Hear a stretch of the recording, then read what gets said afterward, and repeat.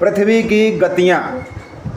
तो देखिए हम पृथ्वी पर इसमें बैठे हुए हैं, लेकिन हमें पृथ्वी स्थिर दिख रही है एक जगह। हमको पृथ्वी क्या चलती हुई दिख रही है? पृथ्वी चलती हुई नहीं दिख रही है, स्थिर दिख रही। करे हम तो जहाँ बैठे क्लास में ही तो बैठे हैं, शाम तक बैठे रहेंगे, चल तो हम रहे नहीं। ये उसी तरह से है जैसे एक चींटी बस में बैठ जाए तो उसे भी यही लगेगा कि हम स्थिर हैं। चींटी जरूर चलेगी बस के अंदर, इधर से उधर उधर से, लेकिन उसको बस स्थिर नज़र आएगी। लेकिन अगर वो बस से बाहर जब झांकेगी तो उसे लगेगा कि बस। इसी तरह हमारी पृथ्वी भी बहुत तेज़ी से चल रही है, लेकिन हमें बाहर झांक नहीं पाते हैं। और वो ऐसे ही झांकते जैसे कि हम जब बस के बाहर झांकते तो हमको पेड़ चलते हुए नज़र आते हैं। इसी तरह हमको सूर्य नज़र चलता हुआ नज़र, लेकिन सूर्य स्थिर है और हमारी पृथ्वी चल रही है। तो चलिए आज बात करेंगे कि पृथ्वी कितने प्रकार से चलती है। तो पृथ्वी दो प्रकार से चलती है, एक तो सूरज के चारों ओर चक्कर लगाती है और एक अपनी ही जगह पर घूमती रहती है। अपनी ही जगह पे जो घूमती है उसको बोलते हैं परिभ्रमण, और जो सूर्य के चारों ओर घूमती है उसको कहते हैं परिक्रमण। ठीक है, वेरी गुड।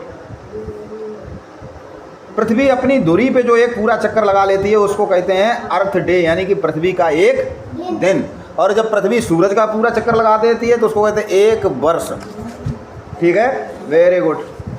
अब बात आएगी दूसरी बात, जो पृथ्वी सूरज के चारों ओर घूम रही है बिल्कुल गोलाकार रास्ते पे नहीं घूम रही है, अंडाकार रास्ते पर, अंडाकार रास्ते, ऐसे ऐसे, ना कि ऐसे ऐसे, ऐसे ऐसे घूमती है। ठीक है, वेरी गुड। अच्छा, पृथ्वी सूरज का चक्कर कितने दिनों में लगाती है? दिन बताइए। 365।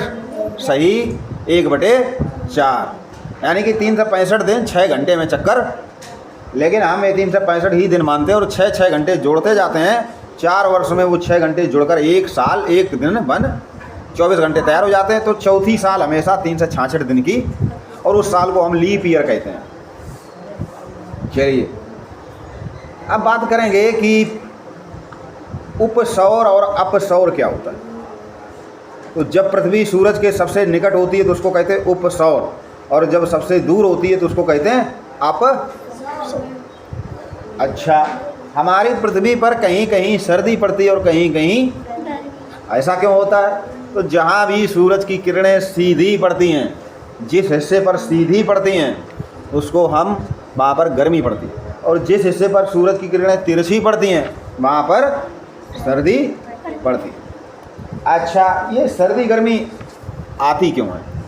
अभी बरसात चल रही है, अब सर्दी आएगी, तो उसके बाद फिर गर्मी आएगी। तो पृथ्वी जो है वो अपने अक्ष पर 23.5 डिग्री झुकी। मान लो ये पृथ्वी है सीधी, तो पृथ्वी, और ये मान लो सूरज है, तो पृथ्वी ऐसे नहीं घूमती है सीधी सीधी। पृथ्वी अपने अक्ष पर थोड़ा झुकी, कितनी झुकी? 23.5। ये पृथ्वी ऐसी ना होके 90 डिग्री पे ना होके थोड़ा झुकी है 23.5। तो जब पृथ्वी इधर है तो इसका नीचे वाला हिस्सा सूरज के पास है, तो यहाँ पर गर्मी पड़ेगी।